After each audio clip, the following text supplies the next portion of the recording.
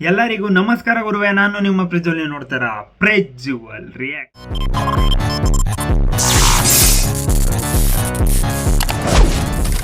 5 ವರ್ಷ ಬೇಕಾಯ್ತು ಗುರು ಈ movie set ಏರಿ ಮುಗಿಯೋಕ್ಕೆ, ಅಂದರೆ ಆಲ್ಮೋಸ್ಟ್ ಅಲ್ಲಿ ಮುಗಿಯೋ ರೇಂಜ್ಗೆ ಬಂದಿದೆ. ಸೊ ಕೊನೆಗೂ ಕೂಡ ಡ್ರ್ಯಾಗನ್ ಗ್ಲಿಮ್ಸ್ ರಿಲೀಸ್ ಆಗಿದೆ. ಗ್ಲಿಮ್ಸ್ ಅಲ್ಲ, ಇದು ಟೀಸರ್ ಅಂತ ಹೇಳಬೇಕು. ಒಂದು ಸಣ್ಣ ಝಲಕ್ಕು ಇಷ್ಟು ದೊಡ್ಡದಾಗಿ ಲಾಂಚ್ ಮಾಡ್ತಾವ್ರೆ ಅಂತ ನನಗಂತೂ ಗೊತ್ತಿಲ್ಲ. 4.5 ನಿಮಿಷ ಇದೆ ಗ್ಲಿಮ್ಸೇ ಕೂಡ, ಅಂದರೆ ದೊಡ್ಡದಾಗಿ ಏನು ಹೇಳಕ್ಕೆ ಹೊರಟಿದ್ದಾರೆ ಅನ್ನೋದಂತೂ ಕ್ಲಿಯರ್ ಆಗಿದೆ. ಏಕೆ ಅಂತಂದರೆ ಪ್ರಶಾಂತ್ ನೀಲ್ ಅವರ ಮೂವೀಸ್ ಬ್ಲ್ಯಾಕ್ ಟಿಂಟು, ಅಂದರೆ ಕತ್ತಲೆಯ ರಾಜ ಪ್ರಶಾಂತ್ ನೀಲ್ ಅವರು ಈ ಮೂವಿಲಿ ಏನು ತೋರಿಸಿರ್ಬೋದು ಅಂತ ನಾನಂತೂ ತುಂಬ ಎಕ್ಸೈಟಿಂಗ್ ಕಾಯ್ತೇನೆ. ಪ್ರಶಾಂತ್ ನೀಲ್ ಅವರು ಹಾಗೂ NTR ಅವರ ಕಾಂಬೋ ಯಾವ ಥರ ವರ್ಕೌಟ್ ಆಗುತ್ತೆ, ಅದ್ರ ಜೊತೆ ರವಿ ಬಸ್ಸರ್ ಅವರ ಬ್ಯಾಕ್ಗ್ರೌಂಡ್ ಸ್ಕೋರ್ ಯಾವ ಥರ ವರ್ಕೌಟ್ ಆಗುತ್ತೆ, ನಾನಂತೂ ಎಕ್ಸೈಟಿಂಗ್ ಆಗಿ ಕಾಯ್ತೇನೆ. ಅದಕ್ಕಿಂತ ಮುಂಚೆ ನನಗೆ ತುಂಬ ಎಕ್ಸೈಟ್ ಮಾಡಿರೋದು ಅವರ ಲುಕ್ಕು ತುಂಬ ಸೋಷಲ್ ಮೀಡಿಯಾದಲ್ಲಿ ಹರಿದಾಡ್ತಿದೆ ಅವರ ಲುಕ್ಕು. ಅಷ್ಟೊಂದು ಟ್ರಾನ್ಸ್ಫಾರ್ಮೇಷನ್ ಆಗಿರೋದು ನೋಡೋಣ ಬನ್ನಿ. ಯಾರ್ಯಾರು ಚಾನಲ್ಗೆ ಫಸ್ಟ್ ಟೈಮ್ ವಿಸಿಟ್ ಮಾಡಿದರೆ ಪ್ಲೀಸ್ ಸಬ್ಸ್ಕ್ರೈಬ್ ಮಾಡ್ಕೊಂಡು ಸಪೋರ್ಟ್ ಮಾಡಿ. ಕನ್ನಡದಲ್ಲಿ ಲಾಂಚ್ ಆಗಿದೆ, ಕನ್ನಡದಲ್ಲೇ ವಾಚ್ ಮಾಡಿ. 100% ಇದು ಕನ್ನಡದಲ್ಲಿ ಅಟ್ ಎ ಟೈಮ್ ರಿಲೀಸ್ ಆಗುತ್ತೆ. Start.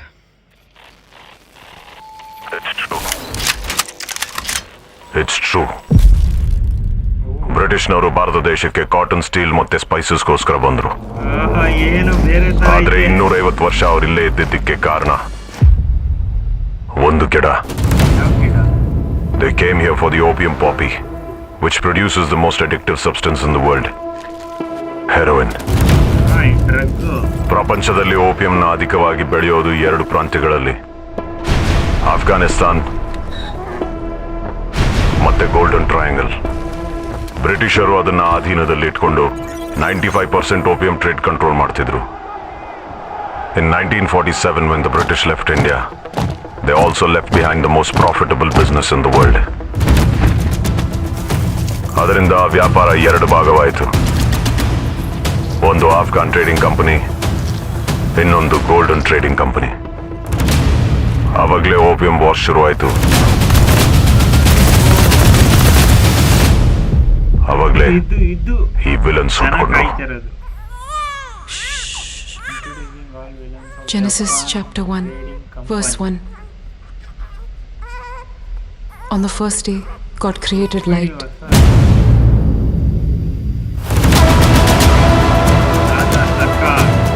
On the second day he created the sky and the water.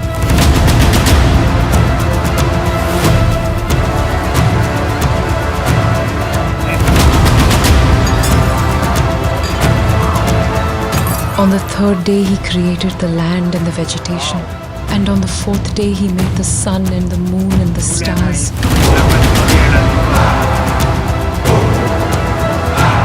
On the fifth day he created the creatures in the sea and the birds in the sky. On the sixth day he made the animals and the humans.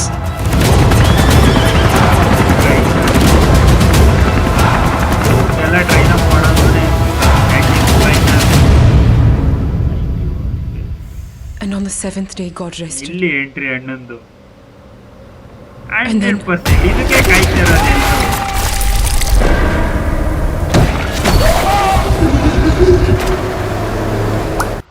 And then ಈ entry the devil was born.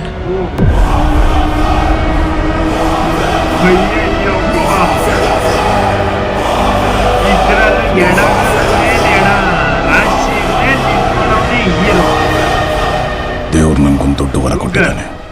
NTR ಅವರ ಹೆಸರು. Trigger ಹೇಳ್ದಾದ್ಮೇಲೆ ಮರ್ತೋಗೋದು. ಮರ್ತೋಗಿ ಹೋಗ್ತೀರಾ ಇಲ್ಲಿ ಇದ್ರೆ.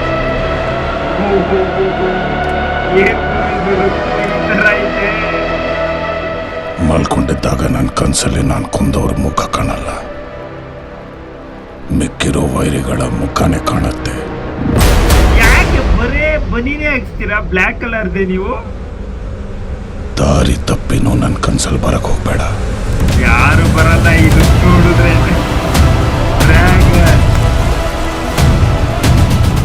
ನನ್ನ doubt ಏನಂದ್ರೆ ಜಲೀಲ್ ಸಾಬ್, ಈ ಗಿಡ ಹೆರಾಯಿನ್ಗಿಂತ ಜಾಸ್ತಿ. ವಿಲನ್ಸ್ನೇ ತಯಾರು ಮಾಡ್ತಿದ್ದಾವ ಅಂತ. ಈ ಕಥೆಯಲ್ಲೆಲ್ಲ ವಿಲನ್ಗಳೇ ಇದ್ದಾರೆ. ಅದನ್ನು ಬರೆಯೋರಿಗೂ ಗೊತ್ತು. ವಿಲನ್ಗಳ ಕ್ರೂರತೆ ಜಾಸ್ತಿ ಆದಾಗ ಆ ಕತೆ ಒಳಗೊಂದು ಹೀರೋನ ಇಳಿಸ್ಬೇಕು ಅಂತ. ಆ ಹೀರೋನೇ NTR. ಈ ಸರಿ ಆ ಕ್ಯಾರೆಕ್ಟರ್ ನಿಮ್ದೇ ಸರ್, ನೀವೇ ತಡಿಬೇಕು.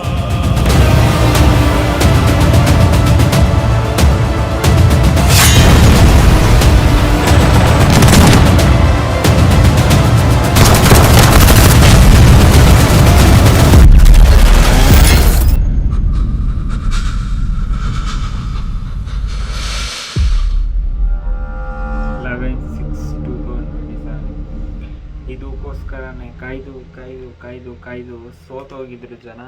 ಕೊನೆಗೂ ಕೂಡ ಡೇಟ್ ಅನೌನ್ಸ್ಮೆಂಟ್ ಆಗಿ ಟೀಸರ್ ಬಿಡ್ತೀನಿ ಅಂತ ಲಾಸ್ಟ್ ಟೈಮು ಬರ್ತಡೇಗೆ ಬಿಡಬೇಕಾಗಿದ್ದ ಟೀಸರು ಈ ಸತಿ ಬರ್ತಡೇಕ್ಕೂ ಮುಂಚೆ ಲಾಂಚ್ ಮಾಡಿದ್ದಾರೆ. ಫಸ್ಟು ಬರ್ತಡೇ ವಿಶಸ್ ಹೇಳ್ತಾ NTR ಅವರಿಗೆ ನೆಕ್ಸ್ಟ್ ಲೆವೆಲ್ಲು ಈ ಫಿಲಮ್ ಅವರಿಗೆ ತೊಗೊಂಡೋಗ್ಲಿ, ಕ್ರೇಜಿ ಲೆವೆಲ್ಗೆ ಅವರ ಸ್ಟಾರ್ಡಮ್ ನೆಕ್ಸ್ಟ್ ಲೆವೆಲ್ಗೆ ಹೋಗಲಿ ಅಂತ ಹೇಳ್ತಾ, ಈಗ ಮೇಯ್ನ್ ಮ್ಯಾಟ್ರಿಗೆ ಬರೋದಾದರೆ ತುಂಬ ವಿಚಾರ. 4.5 ನಿಮಿಷ ಅಂದರೆ ಆ 4.5 ನಿಮಿಷದಲ್ಲಿ 1000 ಕ್ಲೂಸು, 1000 ಪ್ರಶ್ನೆಗಳು ಹುಟ್ಟಾಕೊಂಡ್ಬಿಟ್ಟಿರ್ತವೆ. ನಾನು ಲೈಟಾಗಿ ನಿಮಗೆ ಒಂದು ಸಣ್ಣ ನನಗೇನು ಅನಿಸಿರುತ್ತೆ ಅದನ್ನು ಹೇಳ್ತೀನಿ. ಅಫ್ಘಾನ್ ಟ್ರೇಡಿಂಗ್ ಕಂಪ್ನಿ ಮತ್ತು ಗೋಲ್ಡನ್ ಟ್ರಯಾಂಗಲ್ ಇವೆರಡು ಮೇಯ್ನು ತುಂಬ ಮುಖ್ಯವಾದ ಮೇಯ್ನ್ ಎಲಿಮೆಂಟ್ಸ್ ಈ ಮೂವಿಗೆ. ಯಾಕೆ ಅಂತಂದರೆ ಅಫ್ಘಾನಿಸ್ತಾನ ಮತ್ತು ಗೋಲ್ಡನ್ ಟ್ರಯಾಂಗಲ್ ಇವೆರಡು ಏನಿದೆ, ಇವೆರಡು ಮಧ್ಯದಲ್ಲಿರೋದು ಇಂಡಿಯಾ. ಸೊ ಅವೆರಡು ಮಧ್ಯದಲ್ಲಿ ನೀವು ಓಡಾಡಬೇಕು ಅಂದರೆ ಇಂಡಿಯನ್ ದಾಟೇ ಹೋಗಬೇಕು. ಸೊ ಇಲ್ಲಿ ಸ್ಮಗ್ಲಿಂಗ್ ಮಾಡಬೇಕಾಗಿದ್ದು, ಇಲ್ಲಿಂದ ಅಲ್ಲಿಗೆ ಸ್ಮಗ್ಲಿಂಗ್ ಮಾಡಬೇಕಾದ್ರೆ ಮಧ್ಯದಲ್ಲಿ ವ್ಯವಹಾರಕ್ಕೆ ಅಂದರೆ ಬ್ರೋಕರ್ ಅಂದರೆ ಏನು ಮಧ್ಯದಲ್ಲಿ ವ್ಯವಹಾರ ಮಾಡೋಕ್ಕೆ ಅಲ್ಲಿ ಹುಟ್ಟಾಕೊಂಡಿದ್ದೇ ಈ ಹೆರಾಯಿನ್. ಅಂದರೆ ಅಲ್ಲೇನು ಅಫ್ಘಾನಿಸ್ತಾನಲ್ಲಿ ಬೆಳೀತಿದ್ರು ಅದನ್ನು ತಗೊಂಡು ಸಪ್ಲೈ ಮಾಡೋಕ್ಕೆ ಮೇಯ್ನು ದಾರಿ ಇದ್ದಿದ್ದೇ ಇಂಡಿಯಾ. ಸೊ ಅದರಿಂದ ಇಂಡಿಯಾದಲ್ಲಿ ಸಪ್ಲೈಯರ್ ಅಂದರೆ ತುಂಬ ಹೆಚ್ಕೊಂಡಿತ್ತು, ಡ್ರಗ್ ಆಗಲಿ ಪ್ರತಿಯೊಂದು ಕೂಡ. ಸೊ ಅದರಿಂದ ಹೀರೋ ರೊಚ್ಚಿಗೆದ್ದು ಅಫ್ಘಾನಿಸ್ತಾನ್ಗೆ ಹೋಗಿ ಎಲ್ರೂ ಚೆಚ್ಚಕ್ಕೆ ಸ್ಟಾರ್ಟ್ ಮಾಡೋದು. ಅಂದರೆ ಹೆಂಗೆ KGF ಅಲ್ಲಿ ಒಂದೊಂದೇ ಸ್ಟೆಪ್ ಇಟ್ಕೊಂಡು ಅವ್ರ ಬಗ್ಗೆ ತಿಳ್ಕೊತ ಹೊಡೆಯೋಕ್ಕೆ ಸ್ಟಾರ್ಟ್ ಮಾಡ್ತಾನೆ. ಅದೇ ಥರ ಇದರಲ್ಲೂ ಸೇಮು ಅಫ್ಘಾನಿಸ್ತಾನ್ಗೆ ಹೋಗಿ ಅಫ್ಘಾನಿಸ್ತಾನ ಅವ್ರನ್ನೇ ಹೊಡೆಯೋಕ್ಕೆ ಸ್ಟಾರ್ಟ್ ಮಾಡ್ತಾನೆ. ಆ ಲುಕ್ ಬಗ್ಗೆ ಬರೋದಾದರೆ, ಲುಕ್ಕು ನಿಜವಾಗ್ಲೂ ಹೇಳ್ತೀನಿ ಕೇಳಿ, ನನಗೆ ಸಖತ್ ಡಿಸಪಾಯಿಂಟ್ ಮಾಡ್ತು. ಯಾಕೆ ಅಂತಂದರೆ NTR ಅವ್ರನ್ನ ನಾವು ತುಂಬ ಟೈಮಿಂದ ನೋಡ್ಕೊಂಬಂದಿದ್ದೀವಿ. NTR ಅವರ ಲುಕ್ಕು ನಮಗೆ ಇಷ್ಟ ಆಗಬೇಕು ಯಾವಾಗಲೂ. ಯಾಕೆ ಅಂತಂದರೆ ಚಿಕ್ಕ ವಯಸ್ಸಿಂದ ನೋಡಿ ಆ ರೇಂಜಿಗೆ ಇಷ್ಟಪಟ್ಟಿರೋ ಆ್ಯಕ್ಟರ್ನ ಈ ಥರ ತೋರಿಸೋದೆ 100%. ಯಾರಿಗೆ 100% ತುಂಬ 90% ಅಂತೂ ಡಿಸಪಾಯಿಂಟ್ ಆಗಿದ್ದಾರೆ ಜನರು. ಆ ಡಿಸಪಾಯಿಂಟ್ ಆಗಿರೋದಕ್ಕೆ ಪ್ರಶಾಂತ್ ನೀಲ್ ಅವ್ರು ಏನಕ್ಕೆ ಈ ಡಿಸಿಷನ್ ತೊಗೊಂಡಿರೋದಕ್ಕೆ ನನ್ನ ಹತ್ರ ಪಕ್ಕಾ ಆನ್ಸರ್ ಇದೆ ಕೇಳಿ. ಏನಂತ ಅಂದರೆ, ಈಗ ಇಲ್ಲಿನ ಇಂಡಿಯಾಯಿಂದ ಹೋಗಿ ಅಫ್ಘಾನಿಸ್ತಾನ ಒಳಗಡೆ ಸೇರಿಕೊಂಡು ಅವ್ರನ್ನ ಹೊಡಿಬೇಕು ಅಂತಂದರೆ ಅಫ್ಘಾನಿಸ್ತಾನಲ್ಲಿ ಯಾರಿದ್ದಾರೆ, ಜಾಸ್ತಿ ಮುಸ್ಲಿಮ್ಸ್ ಇದ್ದಾರೆ. ಸೊ ಆ ಶೇಡು, ಆ ಲುಕ್ಕು, ಆ ಸೆಟಪ್ಪು ಬರಬೇಕು ಅಂತಂದರೆ ಅವರು ಟ್ರಾನ್ಸ್ಫಾರ್ಮೇಷನ್ ಆಗಲೇಬೇಕು. ಸೊ ಅದಕ್ಕೋಸ್ಕರನೇ ಈ ಲುಕ್ಕು, ಈ ಶೇಡು, ಈ ಸೆಟಪ್ಪು, ಅದಕ್ಕೋಸ್ಕರನೇ NTR ಅವರು ಈ ಅವತಾರದಲ್ಲಿ ಬಂದಿರೋದು. ಅಫ್ಘಾನಿಸ್ತಾನ ನುಗ್ಗಿ ಫುಲ್ಲು ಧ್ವಂಸ ಮಾಡೋದನ್ನ ಈ ಮೂವಿಲಿ ನೀವು ನೋಡ್ಬೋದು. ಅಂದರೆ ಇದು ಒಂದು ಫಸ್ಟ್ ಪಾರ್ಟ್ ಆಗಿರುತ್ತೆ. ಆದರೆ ನನಗೆ ಒಂದೇ ಒಂದು ಡೌಟ್ ಕ್ರಿಯೇಟ್ ಆಗಿರೋದು ಏನಪ್ಪ ಅಂತಂದರೆ, ಹೆರಾಯಿನ್ ಅಂದರೆ ಎಷ್ಟೊಂದು ಜನಕ್ಕೆ ಆಲ್ಮೋಸ್ಟ್ ಅಲ್ಲಿ ಗೊತ್ತಿರುತ್ತೆ. ಹೆರಾಯಿನ್ ಅಂದರೆ ನೀವು ರೋಲೆಕ್ಸ್ ಆಗಲಿ, ಇನ್ನು ಅದು ಇದು ತುಂಬ ಮೂವೀಸಲ್ಲಿ ವೈಟ್ ಕಲರ್ ಡ್ರಗ್ ಅಂತ ಸ್ಮೆಲ್ ಮಾಡ್ತಾರಲ್ಲ, ಅದು ಡ್ರಗ್ಗು. ಆ ಗಿಡದಿಂದ ಇದು ಹೆರಾಯಿನ್ನ ಇಟ್ಕೊಂಡು ಎಲ್ಲ ಕಡೆ ಸಪ್ಲೈ ಮಾಡ್ಕೊತ ಜನ ಹಾಳಾಗ್ತಿದ್ದಾರೆ. ಅದ್ರ ಮುಖಾಂತರದಲ್ಲಿ ಇಂಡಿಯಾಯಿಂದ ಒಬ್ಬ ಹೋಗಿ ಅಫ್ಘಾನಿಸ್ತಾನ ಅಲ್ಲಿರೋರ್ನೆಲ್ಲ ಹೊಡೆಯೋ ಅಂಥ ಸ್ಟೋರಿ ಆಗಿರುತ್ತೆ ಈ ಮೂವಿ. ಅದ್ರ ಇನ್ನೊಂದು ಡೌಟ್ ಕ್ರಿಯೇಟ್ ಆಗಿದೆ ಏನಪ್ಪ ಅಂತಂದರೆ, ಗೋಲ್ಡನ್ ಟ್ರಯಾಂಗಲ್ ಅಂತ ಇನ್ನೊಂದು ಆ ಕಡೆ ಇದೆಯಲ್ಲ, ಅದು ಅದ್ರ ಬಗ್ಗೆ ಒಂದೇ ಒಂದು ಸಣ್ಣ ಮಾಹಿತಿ ಕೂಡ ಬಿಟ್ಕೊಟ್ಟಿಲ್ಲ. ಅದರಲ್ಲಿ ಎಷ್ಟು ಜನ ನಾಯಕರಿದ್ದಾರೆ, ಅದರಲ್ಲಿ ಎಷ್ಟು ಜನ ವಿಲನ್ಸ್ ಇದ್ದಾರೆ, ಅದರಲ್ಲಿ ಯಾರ್ಯಾರು ಇರ್ತಾರೆ, ಆದರೆ ಅಲ್ಲಿಗೆ ಹೆಂಗೆ ಎಂಟ್ರಿ ಕೊಡ್ತಾನೆ, ಇದೇನು ಈ ಪಾರ್ಟಲ್ಲಿ ಇದನ್ನ ಹೊಡೆದಾಕ್ಬೋದು, ನೆಕ್ಸ್ಟ್ ಪಾರ್ಟಲ್ಲಿ ಅದನ್ನು ಹೊಡೆದಾಕೋ ಚಾನ್ಸಸ್ ಇರುತ್ತೆ. ಸೊ ಯಾವ ಥರ ಇಲ್ಲೂ ಹೊಡೆದ್ಬಿಟ್ಟು ಅಲ್ಲಿಗೆ ಎಂಟ್ರಿ ಕೊಡ್ತಾನೆ, ಏನೇನು ಇನ್ನೂ ಸಿಚುವೇಶನ್ಸ್ ಏನೇನು ಬರ್ತವೆ, ಇದು ಅಂದರೆ ಸಣ್ಣದಾಗಿ ನನಗೆ ಮೈಂಡಿಗೆ ಬಂದಿದ್ದು ಇಷ್ಟು. ನನಗೆ ಇದ್ರ ಮಧ್ಯದಲ್ಲಿ ಕಲರ್ ಪ್ಯಾಲೆಟ್ ಎಲ್ಲ ಒಂಥರ ಸಿಮಿಲರ್ ಬರುತ್ತೆ ನಿಮಗೆ, ಅಂದರೆ ಟೆಂಪ್ಲೇಟ್ಸು ಸೇಮ್ ಬರುತ್ತೆ, ವಿಜುವಲ್ಸ್ ಎಲ್ಲ ಇವರು ಗೊತ್ತಲ್ಲ, ನೈಟ್ ಕತ್ಲೆಯ ರಾಜ ಪ್ರಶಾಂತ್ ನೀಲ್ ಅವರಿಗೆ ಜೈ ಅನ್ನಲೇಬೇಕು ನೀವು. ಏಕೆಂತಂದರೆ ಆ ರೇಂಜಿಗೆ ಇಟ್ಟು ಕೊಡ್ಕೊತ ಬ್ಲ್ಯಾಕ್ ಟಿಂಟಲ್ಲೇ ಹೆಸರು ಮಾಡಿರೋ ಅಂಥ ನೀಲ್ ಅವರು ಬೇರೆ ಲೆವೆಲ್ಲು. ಸೊ ಆದರೆ ಜನ ಅದಕ್ಕೆ ಅಡಿಕ್ಟ್ ಆಗಿದ್ದಾರೆ, ಒಪ್ಕೊತೀನಿ. ಆದರೆ ಪದೇ ಇದೇ ಥರ ಸ್ಟೋರೀಸ್ ಬಂದರೆ ಮುಂದಕ್ಕೆ ಅಡಿಕ್ಟ್ ಆಗ್ತಾರಾ ಹೆಂಗೆ ಅನ್ನೋದು ಒಂದು ಡೌಟು.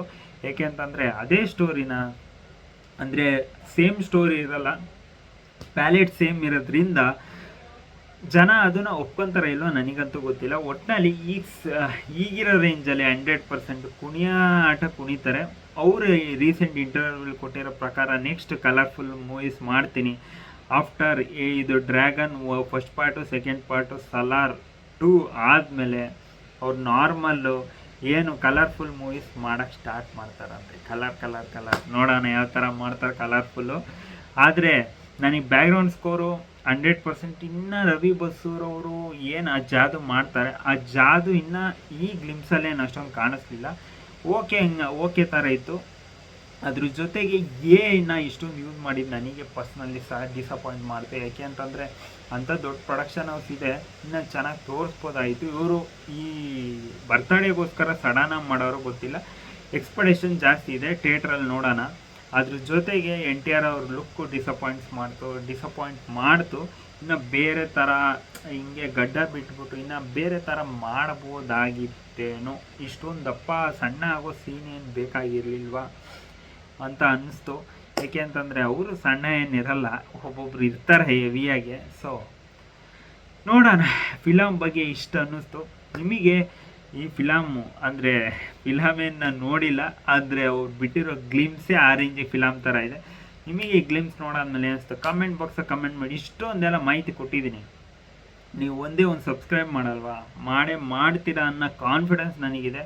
ಆ ಕಾನ್ಫಿಡೆನ್ಸ್ನ ಹಂಗೆ ಉಳಿಸ್ಕೊಳ್ಳಿ ಅಂತ ಹೇಳ್ತಾ ಮತ್ತೆ ನಾನು ನಿಮಗೆ ನೆಕ್ಸ್ಟ್ ಸಿಗೋಣ.